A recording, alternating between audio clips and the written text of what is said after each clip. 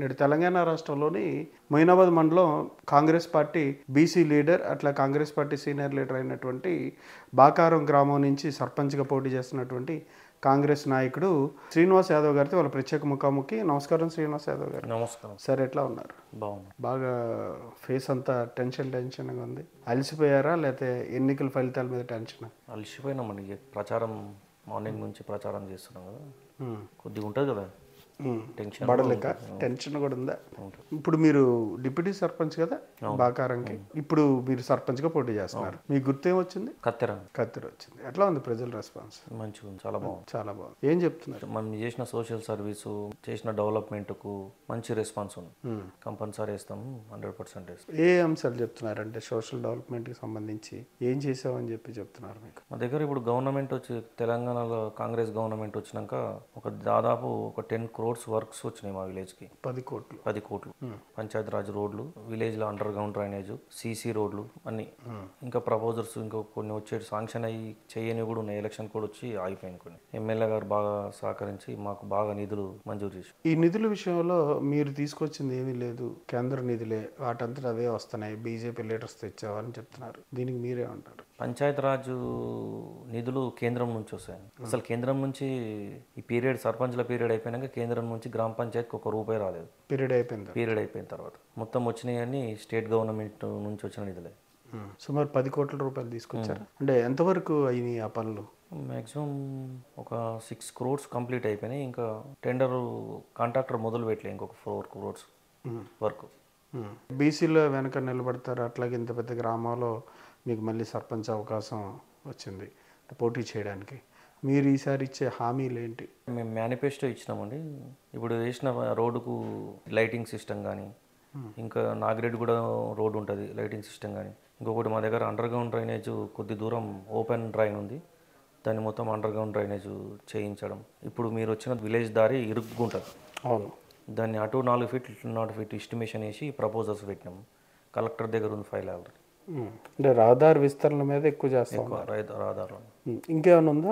ఇంకా కొన్ని లింక్ రోడ్లు ఉన్నాయి మా విలేజ్కు. ఇక్కడ శంషాబాద్ టు అమడాపూర్, అది ఆ రోడ్డు ఖచ్చితంగా బీటీ రోడ్ వేయిస్తా. ఇంకొన్ని నక్షా రోడ్లు ఉన్నాయి, అవి క్లియర్ చేయించి అవి కూడా రోడ్లు శాంక్షన్ చేయిస్తాం. అంటే గ్రామంలో ఇంకా ప్రధాన సమస్యలు ఏంటి? ప్రధాన సమస్యలు అంటే మా దగ్గర రోడ్లే ఉండే ఎక్కువ. మామూలుగా ఇప్పుడైతే డ్రైనేజ్ వరకు అదొకటి ఊరు చివరి వరకు తీసుకెళ్ళి డ్రైనేజ్ చేస్తే కంప్లీట్ అయినట్టే. మా దగ్గర మామూలుగా చిన్న చిన్న వర్క్స్ ఉంటే చేయించడం. అంటే విద్య వైద్యానికి సంబంధించి మీ ఒపీనియన్ ఏంటి? విద్య అంటే మా దగ్గర స్కూల్ నుంచి ఉన్నది. గవర్నమెంట్ స్కూల్ కొంచెం స్ట్రెంత్ తక్కువనే ఉంటుంది. అది హైదరాబాద్ దగ్గర ఉంది కాబట్టి ప్రైవేటు స్కూల్లే ఎక్కువ ప్రిపేర్ చేస్తారు. మాతోనే అయిన కాడికి గవర్నమెంట్ స్కూల్లో కూడా వసతులన్నీ కల్పిస్తున్నాం, స్ట్రెంత్ పెరగడానికి ప్రయత్నం చేస్తున్నాం. ఆ స్కూల్ బిల్డింగ్ ఏమైనా నిర్మాణానికి ఏమైనా ఉందా? పాతబడినట్టుగా కనిపిస్తుంది. లేదు, కొత్తదేనండి. ఒక బిల్డింగ్ ఏమో పాతది ఉంది, అది కూడా కొత్తది చేయిస్తాం. కొత్తది ఉందా? దాంట్లో హామీ ఉందా? ఉన్నది. అంటే హామీ అంటే మేనిఫెస్టోలో ఏం పెట్టలేము, కానీ ఉన్నది. మీ ప్రపోజల్ ఉంది. అట్లాగే మీకు సంబంధించి వైద్యానికి మరి ఏం చేస్తారు? వైద్యానికంటే మా దగ్గర గవర్నమెంట్ ల్యాండ్ లేదు హాస్పిటల్ శాంక్షన్ చేయించడానికి కూడా. అది కూడా ఎమ్మెల్యే గారితో మాట్లాడి హాస్పిటల్ పెట్టడానికి ప్రయత్నం చేస్తాం కంపల్సరీ. సానుభూతి పరులు చెప్తూ ఉంటారు. ఇప్పుడు మీరు ఏదో ఒక పార్టీకి సానుభూతి పరులుగా ఉన్నారు, ఆల్రెడీ పార్టీలో పనిచేస్తూ ఉన్నారు. ఇక్కడికి వచ్చేసరికి పార్టీ సింబల్స్ ఉండవు కానీ ఇవన్నీ ఉంటాయి. అంటే ఒక మండల స్థాయి వ్యక్తి గ్రామాల్లో పోటీ చేయడానికి కారణం ఏంటి? చాలా రోజులు అంది సర్పంచ్ కావాలనే కోరిక ఉండేది. బీసీ రిజర్వ్డ్ కావడం వల్ల అవకాశం వచ్చింది కాబట్టి నిలబడి. అంటే ఏం చేయాలి? ఇంకేమైనా గ్రామానికి మీ ఒపీనియన్ ప్రకారం ఏం చేయాలని ఉంది? అంటే ప్రయత్నం చేస్తామండి. నా ఒపీనియన్ ఏంటంటే పవర్ మనమే జనరేట్ చేసుకోవాలి, మనమే రెడీ చేసుకొని అది చేయాలన్న ఆలోచన ఉంది. అది ఇంతవరకు అయితే ప్రయత్నం చేస్తాం. అంటే సోలార్ పవరా? Solar power. ఓకే, ఎందుకని ఆలోచన? అంటే మనం ఏదైనా కొత్తగా చేయాలి, గ్రామానికి ఎప్పుడు గుర్తుండిపోయే పనులు చేయాలనే ఆలోచన. కానీ అంటే మీ వరకు వచ్చేసరికి యూత్ని పెడదారి పట్టిస్తారు, మీ వెనకాల యూత్ని తిప్పుతారు. ఇప్పటికి కూడా అదే ఆరోపణలు, విద్యకి ఎక్కువ ప్రాధాన్యత ఇవ్వరు, ఆయనకంటూ ఒక ప్రణాళిక ఉండదు అని చెప్తూ ఉంటారు మీ ఆపోజిట్ పర్సన్స్. దానికి ఏమంటారు? నా ఎంబడి అంతా ఉండేటోళ్ళంతా చదువుకున్న వాళ్ళే ఉన్నారు. నేను చదువుకోమని చెప్తాను. చదువుకున్న వాళ్ళు ఎవరు నా దగ్గర ఎవరు లేరు. నా ఎంబడి ఉన్న వాళ్ళందరూ మ్యాక్సిమం అందరూ లైఫ్లో సెటిల్ అయ్యారు. ఎవరు కూడా ఖరాబ్ కాలేరు. కరెక్ట్ టైంకు మ్యారేజ్ చేసుకోమని చెప్తా. తల్లిదండ్రులు మంచిగా చూసుకోమని చెప్తా, పని చేసుకోమని చెప్తా, వాళ్ళ పని ఖరాబ్ చేసుకొని నా వెంబడి తిరుగుమని నేను ఎవరిని ప్రోత్సహించా. మా గ్రామస్తులకు కూడా అందరికీ తెలుసు. మరి మీకు ఎవరు చెప్పారో నాకు తెలియదు, కానీ అంత అది రాంగ్ ఇన్ఫర్మేషన్. అంటే మీ వరకు చూస్తే గ్రామాల్లో మీ యాంటీకి ఏం చెప్తారు మీ మీద? నా మీద ఊర్వలేకనే ఏమైనా చెప్తుండొచ్చు, కానీ వాస్తవానికి అయితే నా మీద ఏం చేయడానికి వీల్లేదు. ఇప్పుడు మా ఫ్రెండ్స్ ఏదైనా సమస్య వస్తుంది, వాళ్ళ తరపున నేను వెళ్ళవలసి వస్తుంది, కంపల్సరీ వాళ్ళకి న్యాయం చేయవలసి వస్తుంది.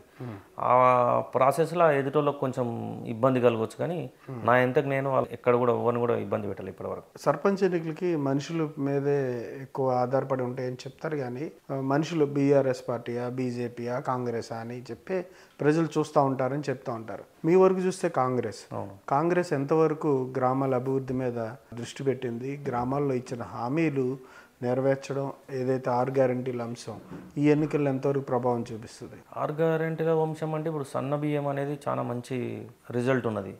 ఇందిరమ్మ ఇండ్లు కూడా చాలా మంది ఇందిరమ్మ ఇల్లు 100% వినియోగించుకుంటారు. యాంటీ అనేది గవర్నమెంట్ మీద ఏం లేదు, అందరూ తృప్తిగానే ఉన్నారు. ఇందిరమ్మ ఇల్లుల గురించి మాట్లాడాలి పరిస్థితి. అంటే కేటాయింపులు చాలా తక్కువ వచ్చినాయని, చిన్న ఇబ్బందులు ఉన్నా సరే అధికారులు దానికి సంబంధించి ఇబ్బందులు గురి చేస్తున్నారని, మీరు అనుకున్నంత స్థాయిలో ఇందిరమ్మ ఇల్లులు కేటాయించలేదని చెప్తా ఉన్నారు. ఏంటి మీ గ్రామానికి సంబంధించి మీరు ఎందుకు తీసుకురాలేకపోయారు? మా దగ్గర కేటాయించిన దాంట్లో 50% కడుతురు. ఎంతమంది కేటాయించారు? ఇందిరమ్మ ఇల్లు వచ్చినాయి 40 మెంబర్స్కి, అందులో తక్కువ మంది 18 మెంబర్స్ ఏమో కడుతురు అంతే. మిగతా అన్ని క్యాన్సల్ అయినాయి. అదే చిన్న అంశాలతోనే క్యాన్సిల్ అయిందా? వాళ్ళకి ఇంట్రెస్ట్ లేదు కట్టుకోవడానికి, వాళ్ళకి ఫైనాన్షియల్ ప్రాబ్లం అని, లేకుంటే అన్నదమ్ములది కొంచెం టైం పడుతుందని, అట్లా ఆ ఉద్దేశంలో కొంతమంది ఆడపిల్లలు మేము ఫైనాన్షియల్ నిలదొక్కున్నాక కట్టుకుంటాంలే అని చెప్పి పోస్ట్. అంతే తప్ప కేటాయింపులు ఒక్కో దగ్గర మాత్రం 40 అంటే 40 గజాలకు తగ్గొద్దు అనే అంశం మీద ఒకటి 30 గజాలే ఉంది, అదొక్కటే ఆగిపోయింది. మిగతా అన్ని 100% కంప్లీట్ అయింది. బిల్స్ కూడా వచ్చినాయి. అది మేము మళ్ళీ రాజకీయాలకు అతీతంగా శాంక్షన్ చేసినాం.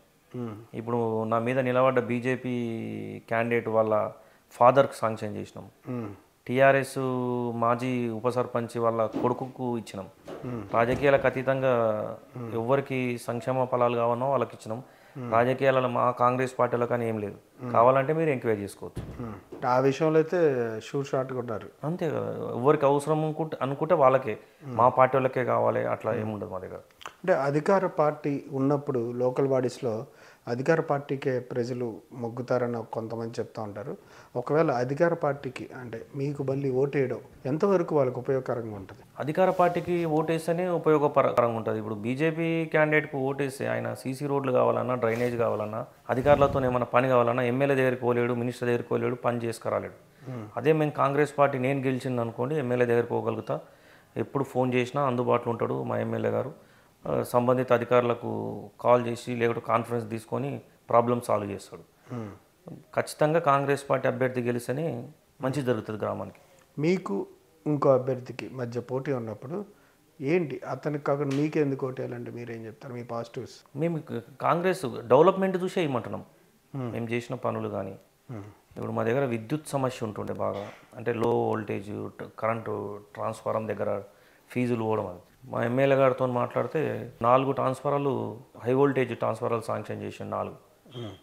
మా దగ్గర విద్యుత్ సమస్య ఇన్ప పోల్స్ ఉంటుండే, అంటే ఐరన్ పోల్స్ మొత్తం తీసేసి సిమెంట్ పోల్స్ వేసినాం వాటి ప్లేస్లో. ఎక్కడ కూడా ఇంకో 2-3 పోల్స్ తప్ప మిగతా అన్ని కంప్లీట్ చేసినాం. అభివృద్ధిని చూసే ఏమంటున్నాం. అతను మైనస్లు ఏమంటారు మీరు? మైనస్లు అంటే ఆయన ఏం పని చేయలేడు ఇప్పటి వరకు. కానీ మీరంతా కలిసి వార్డు మెంబర్లుగా పనిచేశారని చెప్తా ఉంటారు. మేమంతా కలిసి మేము పని చేయలేము. ఆయన వార్డు మెంబర్ ఎప్పుడు కాలేడు. నేను 2 times వార్డు మెంబర్ అయినా, మా వదిన ఒక్కసారి అయింది. 2006 నుంచి కంటిన్యూ మేము గ్రామ పంచాయతీలో ఉన్నాం. వాళ్ళ మదర్ ఒక్కసారి అయింది వార్డు మెంబర్. అంతే 2006 నుంచి ఉన్నారు. ఇంకా మైనస్లు ఏమంటారు అని? మైనస్లు అంటే సోషల్ సర్వీసు జనాలకైతే ఏం చేయలేడు. ఆయనకు పెద్ద విలేజ్లో పెద్ద ఇంట్రెస్ట్ కూడా లేకుండే పాలిటిక్స్. నేను జెడ్పీటీస్ అవుతా అనే ఆలోచనలు ఉండే. మా గ్రామంలో ఈయనకు కరెక్ట్గా పోటీ ఎవరు ఉంటారు అని బలవంతంగా ఆయనకు ఇష్టం లేకుండా తీసుకొచ్చి పెట్టిరు. ఇది మీ మీద పోటీ? నా మీద పోటీ కొంతమంది. ఆ కొంతమంది బీఆర్ఎస్ వాళ్ళ? బీఆర్ఎస్ వాళ్ళు. ఎందుకంటే సంఖ్యలు కూడా లేదు, బీఆర్ఎస్ పోటీ లేదంటున్నారు. ఏంటి కారణం ఏంటి? బీఆర్ఎస్ అంటే వాళ్ళు నిలబడితే ఓడిపోతామనే భయంతోనే వాళ్ళు ఎవరు నిలబడడానికి ముందుకు రాలేరు. ఇక్కడ బీజేపీ కూడా ఎప్పుడు కూడా సర్పంచ్ గెలిచింది కానీ ఎంపీటీసీ గెలిచింది కానీ ఎప్పుడు కూడా లేదు. మొయినాబాద్లో శ్రీరామ్ నగర్ కొన్ని ఉన్నట్టున్నాయి.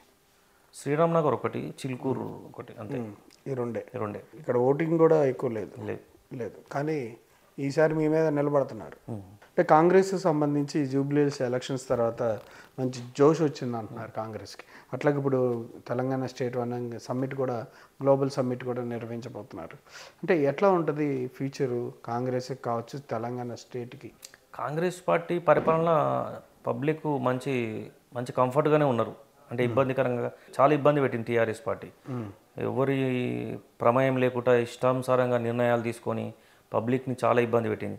కాంగ్రెస్ పార్టీ అలాంటి నిర్ణయాలు, పబ్లిక్ ఇబ్బంది కలిగే నిర్ణయాలు ఎక్కడ కూడా తీసుకోవట్లేదు.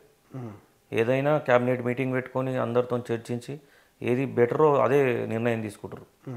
గతంలో టీఆర్ఎస్ ఇష్టం వచ్చిన ధర్నా చేసినా కానీ 40 days ధర్నా చేసినా పట్టించుకోకపోవడం, బస్సులు మొత్తం కంప్లీట్గా బంద్ చేయడం, ధరణి తీసుకురావడం ఇష్టం లేకుండా. ధరణి మా దగ్గర కలెక్టర్ ఆఫీసు మాకు లకిడిక పూల్ దగ్గర ఉండే, తీసుకుపోయి 50 kilometers కొంగర దగ్గర పెట్టి ఇప్పుడు కొంగరకాల ఎంత దూరం అంటే అది మొత్తం జిల్లాకు ఎండింగ్లో మధ్యలో పెట్టాలి కదా. అట్లా ఇష్టానుసారంగా పరిపాలన చేసారు టీఆర్ఎస్ పార్టీ. నేను సెటరేట్ చేస్తారా మరి? కేంద్రాలు మార్చడం కుదరదు అంటారు ఒక్కొక్కసారి. ఏమన్నా వాటికి సంబంధించి ఇంకేమైనా ఉన్నాయి ప్రపోజల్స్ కాంగ్రెస్ మీ కాన్స్టిట్యున్సీ మీద? నాకు అంత ఐడియా లేదండి దాని గురించి. దాని వరకు అంటే ప్రజలైతే మీ వైపు ఉన్నారంట. మా వైపు ఉన్నారు. అంటే హైడ్రా కావచ్చు, ఇవన్నీ పాజిటివ్స్ వస్తున్నాయి. పాజిటివ్ ఉంది కానీ జనాలే స్వచ్ఛందంగా ర్యాలీ చేసి స్వాగతిస్తున్నారు హైడ్రాని. హైడ్రా వచ్చినాక చాలా చెరువులు కబ్జాకు గురైనాయని తీసిరు అని చెప్పి. అంటే గ్రామాల్లో డెవలప్మెంట్కి కేంద్రం కూడా సహకరించాలి. ఎన్ఆర్జీఎస్ కావచ్చు, ఆల్రెడీ కొన్ని స్టేట్ ఫైనాన్స్ కార్పొరేషన్, ఇట్లాంటి నిధులన్నీ గ్రామాల అభివృద్ధికి వస్తూ ఉంటాయి. నీటి అభివృద్ధికి కావచ్చు, చెట్ల పెంపకానికి కానీ, స్పోర్ట్స్కి కావచ్చు, ఇట్లాంటి. అంటే కేంద్రాలు రాష్ట్రాలు ఎట్లా ఉండాలంటారు? మీ గ్రామానికి వచ్చేసరికి మీకు ఎట్లాంటి సంబంధాలు ఉన్నాయి? కేంద్రంలో ఉన్న మంత్రులతో కావచ్చు, లేదంటే ఇక్కడ ఉన్న మినిస్టర్లతో కావచ్చు, ఎమ్మెల్యేలతో ఎలాంటి సంబంధాలు ఉన్నాయి? మీరు ఎంతవరకు నిధులను సమీకరించగలరు? చెప్తున్నానండి, మా కాన్స్టిట్యున్సీలో చాలా ఫండ్స్ తీసుకొచ్చినాం. వేరే విలేజ్లో ఇన్ని ఫండ్స్ రాలేవు. నేను కష్టపడి మా ఎమ్మెల్యేని బాగా రిక్వెస్ట్ చేసి ఫండ్స్ తీసుకొని వచ్చినాం. అంటే ఇప్పుడు మీకు పరిచయాలు బట్టి ఏమైనా కొత్తగా ఏమైనా తీసుకొస్తారా అని అడుగుతున్నా. తీసుకొస్తాం కంపల్సరీ. నేను 2004 నుంచి కాంగ్రెస్ పార్టీలోనే ఉన్నా. నాకు పరిచయం ఉన్న వాళ్ళు ఎంపీలు అయ్యారు, పరిచయం ఉన్న వాళ్ళు మినిస్టర్లు అయ్యారు. ఫండ్స్ తీసుకురావడానికి అవకాశం ఎక్కువగా ఉంది. బీసీలకు సంబంధించి కాంగ్రెస్ ఏం చేస్తుంది? బీసీ రిజర్వేషన్కి సంబంధించి 42%లో 17% స్థానిక ఎన్నికల్లో ఇచ్చారని చెప్తా ఉన్నారు. దీని మీద మీరే ఉంటారు? 42% ఇస్తే కోర్టుకు పోయి అంత డిస్టర్బెన్స్ చేసారు కదా, లేకపోతే 42% ఇవ్వడానికే ఇష్టంగా ఉన్నారు. ఇంకొకటి 50% పార్టీ తరపున ఇస్తున్నారు కదా.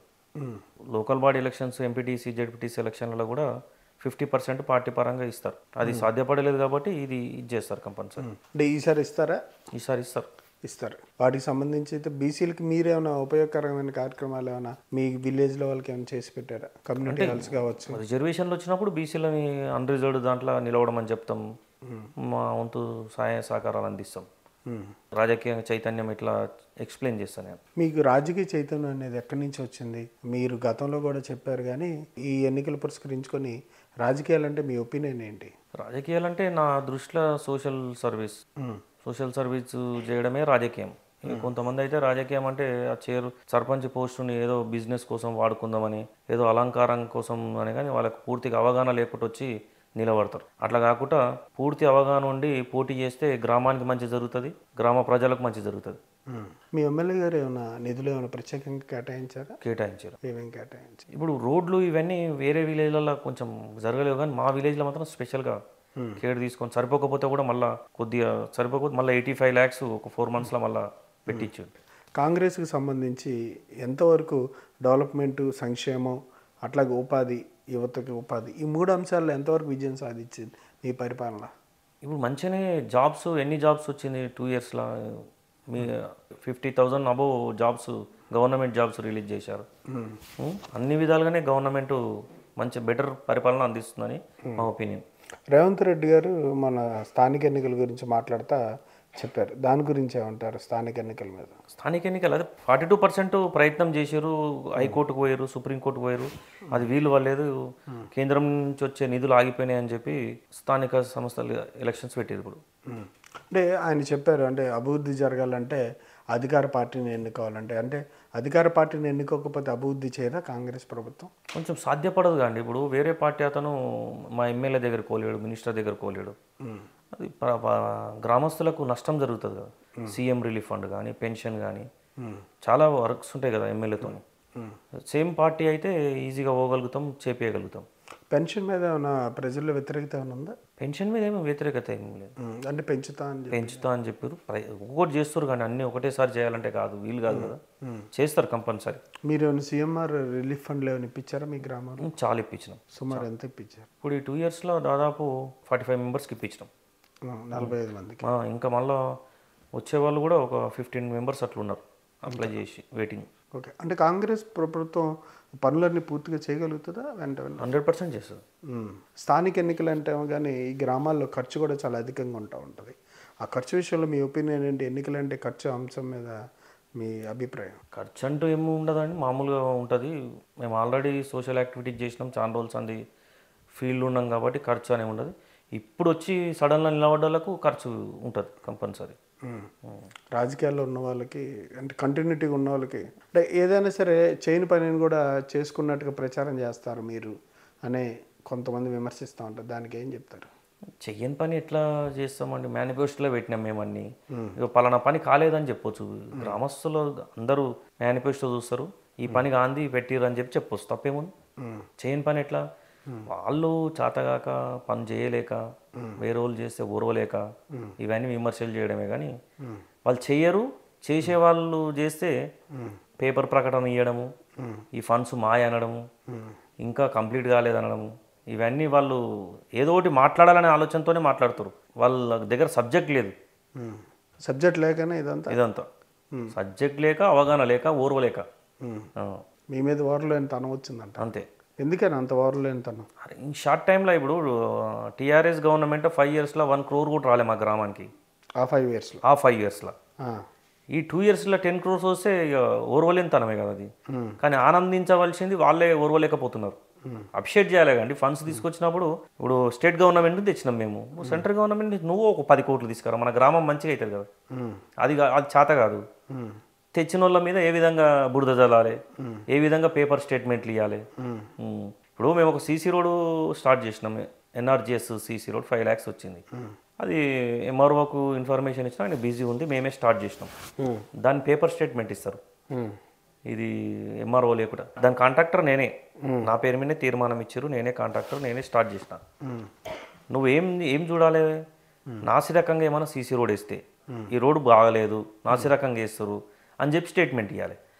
ఆయన పాల్గొనలేడు, ఈ పాల్గొనలేడు అంటే పబ్లిక్ ఏమైనా నష్టం జరిగితే పేపర్ స్టేట్మెంట్లు ఇవ్వాలి. కానీ ఓర్వలేనితనం అంతా ఓర్వలేనితనం.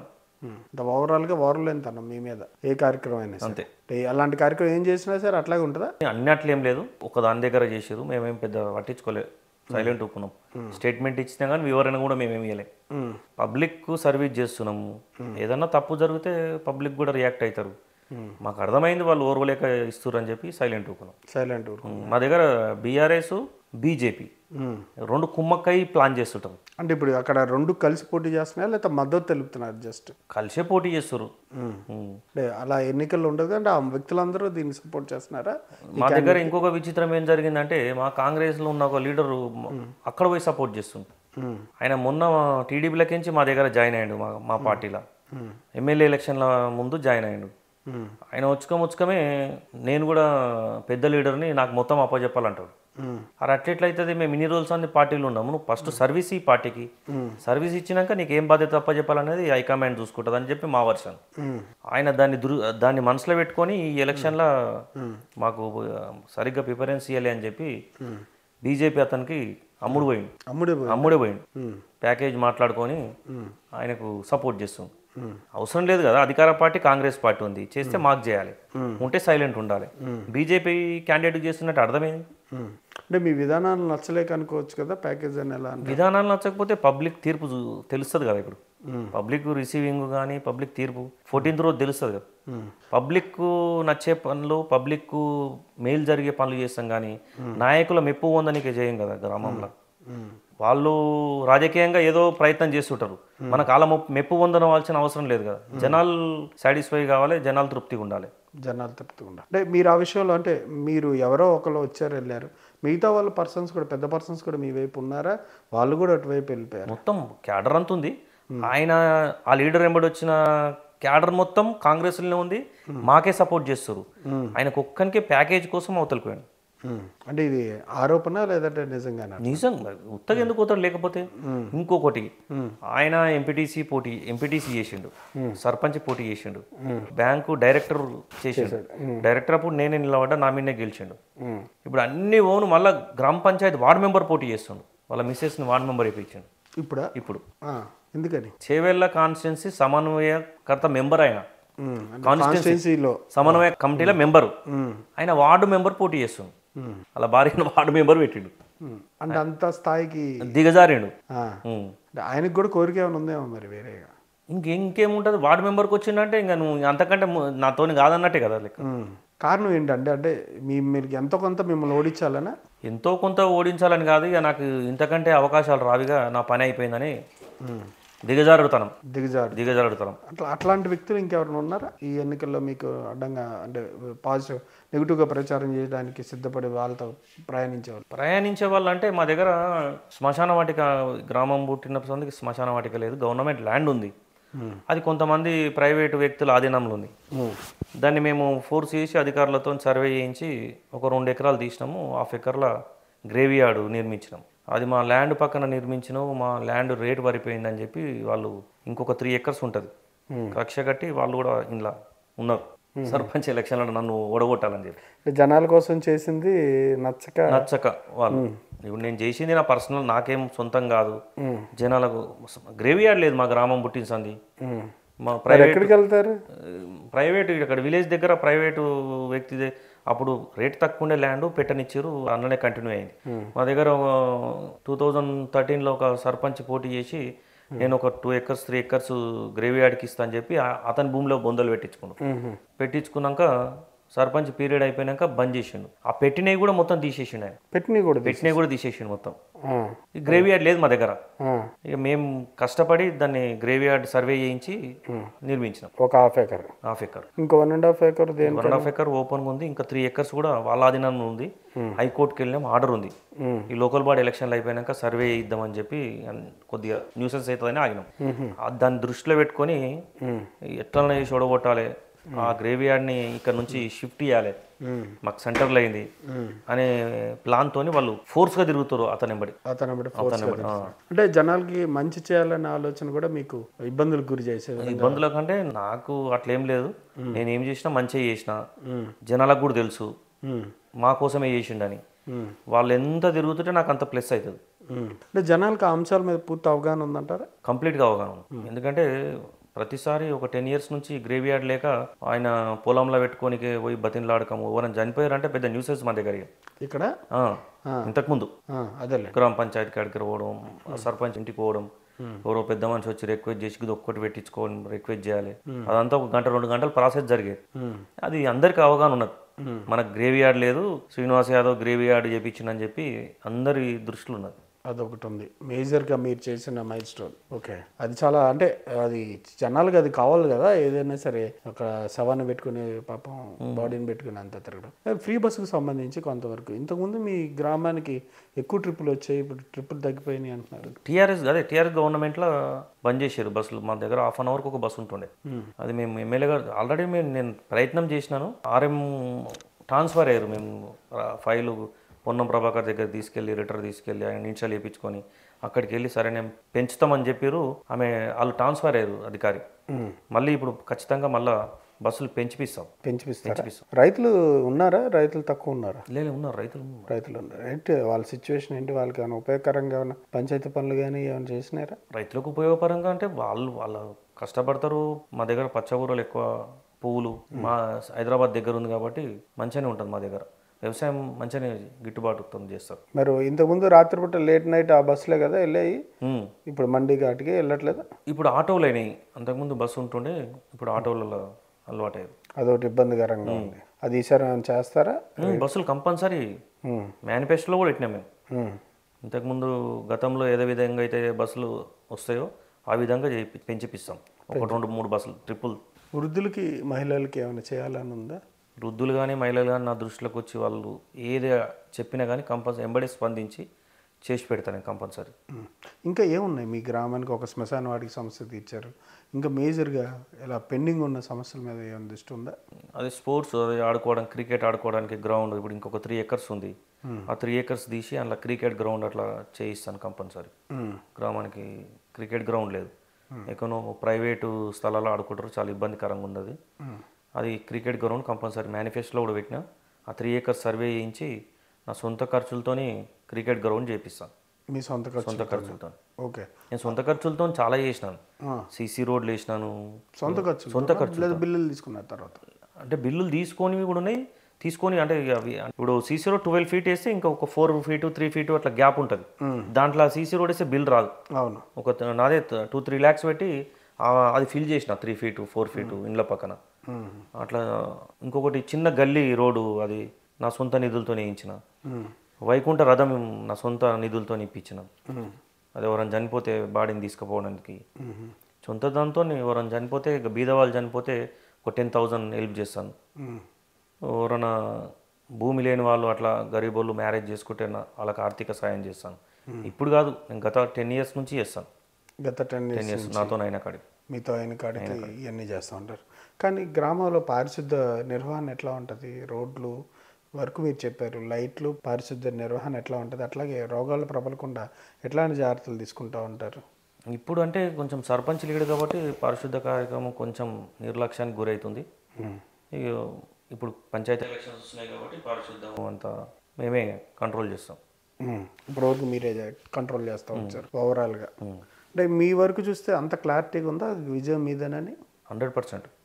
ప్రజలు అంటే మీరు పనిచేసిన దానికి సాటిస్ఫై అయ్యారా? లేదంటే ప్రజల్లో కూడా మీ మీద ఈర్ష్యా భావాలు ఏమైనా ఉన్నాయా? అంటే నిక్కచ్చిగా మాట్లాడుతున్నారు, నేను సరిగ్గా అడిగింది చేయలేకపోతున్నారు అని ఏమైనా ఉందా జనాలకి మీ మీద? నేను చేస్తాను, అడిగింది మ్యాక్సిమం చేస్తాను. వాళ్ళ చేసేదే అడుగుతారు.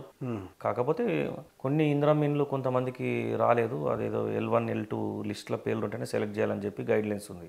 అది కూడా ఎమ్మెల్యే గారి దృష్టికి తీసుకెళ్తే కొన్ని రోజులు కానీ సెకండ్ లిస్ట్లో మాట్లాడి పెట్టిద్దాం అంటే. లిస్టులో ఏమో కట్టుకోవడానికి ఇంట్రెస్ట్ లేరు, లిస్టులో ఉన్నవాళ్ళు. లేని వాళ్ళు కట్టుకోవడానికి ఉన్నారు, వాళ్ళది లిస్టులో లేదు. అది కొంచెం డిలే అవుతుంది, ఇబ్బంది అవుతుంది వాళ్ళకు. అదొక్కటి హామీ ఇచ్చిన హామీ చేయలేకపోతున్నాం. ఎమ్మెల్యే దృష్టి తీసుకెళ్ళినా చేపిద్దామని చెప్పి ఎలక్షన్ల తర్వాత వాళ్ళకు కూడా ఒక 10 members అట్లా ఉన్నారు కట్టుకోవడానికి ఇంట్రెస్ట్గా, వాళ్ళకు కూడా శాంక్షన్ చేయిస్తాం. ఈసారి ఈ సర్పంచ్ ఎన్నికలు మీ గ్రామానికి ఇదే చివరిసారి అనుకోవాలా? ఉండొచ్చు, నెక్స్ట్ మున్సిపల్ కలవచ్చు, చెప్పలేరు. కానీ ఇప్పుడు ఏదైతే అక్కడ ఉన్న మున్సిపాలిటీలో కలవడానికి అవకాశాలు ఎక్కువ ఉన్నాయి. అంటే ఇట్లా డెవలప్మెంట్కి సంబంధించి అంత త్రిబుల్ ఉంది కదా, త్రిబుల్ కావచ్చు, ప్రభుత్వం తీసుకున్న నిర్ణయాలు గ్రామాల్లో ఎంతవరకు ఎఫెక్ట్ చూపిస్తాయి? త్రిబుల్ అంటే మాకు దగ్గర ఏం లేదు, చాలా దూరం. అంటే ఏ నిర్ణయాలైనా, ప్రభుత్వ నిర్ణయాలు ఏదైనా డెవలప్మెంట్కి సంబంధించి గ్రామాల్లో ఈ ఎన్నికల మీద ఏమైనా ఎఫెక్ట్ చూపిస్తుందా? అంటే దాని మీద ఏం లేదు, మా విలేజ్ డెవలప్మెంట్ దాని మీద అయితే ఖచ్చితంగా ఎఫెక్ట్ చూపిస్తుంది అంతే. ఒకవేళ ఈ ఎన్నికల్లో గెలిచిన తర్వాత జెడ్పీటీసీ ఎంపీపీ మళ్ళీ మీ రిజర్వేషన్ అనుకూలంగా వస్తే ఇది రాజీనామా చేసి దానికి ఏమైనా వెళ్తారా? లేదు, ఇప్పుడు ఏమైనా ఆలోచన లేదంటే దీంట్లో ఉండి దానికి కూడా పోటీ చేసి దానికి ఏదంటే అది ఏం లేదు, అట్లా ఏం లేదు. సర్పంచ్ గెలిస్తే సర్పంచ్ 5 years కంప్లీట్ అయినాకనే వేరేది. ఇంకా వేరేది మీరు ప్రజలకు చెప్పాలనుకునేది ఏంటి? మా గ్రామస్తులకైతే నేను ఒకటే చెప్తా, మనిషిని ఇప్పుడు నేను చిన్నప్పటి నుంచి మా విలేజ్లోనే ఉన్నాను. నా మనస్తత్వం ఏంది, నేను ఎట్లా ఉంటా, నా పద్ధతి నచ్చితేనే ఓటేయాలని చెప్తాను. నేను సడన్గా వచ్చి ఎవరో చెప్తే వేరే పర్సన్కి వేస్తే ఇబ్బంది అవుతుంది. నేను కొత్తగా మారేది ఏముంటుంది, ఇప్పుడు ఎట్లున్నానో సర్పంచ్ అయినాక కూడా అట్లనే ఉంటా. ఏదైనా సమస్య వస్తే లిటికేషన్ పర్సన్నా, నేను మా అన్నదమ్ములతో ఎట్లుంటా, మా పాలలతో ఎట్లుంటా, అవన్నీ బేర్ చేసుకొని నిర్ణయం తీసుకోవాలని చెప్తా. నచ్చుతూనే వేయాలని చెప్తాను. నేను ఖచ్చితంగా నాకు వేయాలని కూడా నేను అనను అట్లా. కానీ ఇది కొంచెం అహంకారంగా ఉంటుందా లేదా సెల్ఫ్ కాన్ఫిడెన్స్? అహంకారం అని ఏం లేదు, అంటే నేను మంచితనం ఉంటేనే ఓటేయమని చెప్తున్నాను.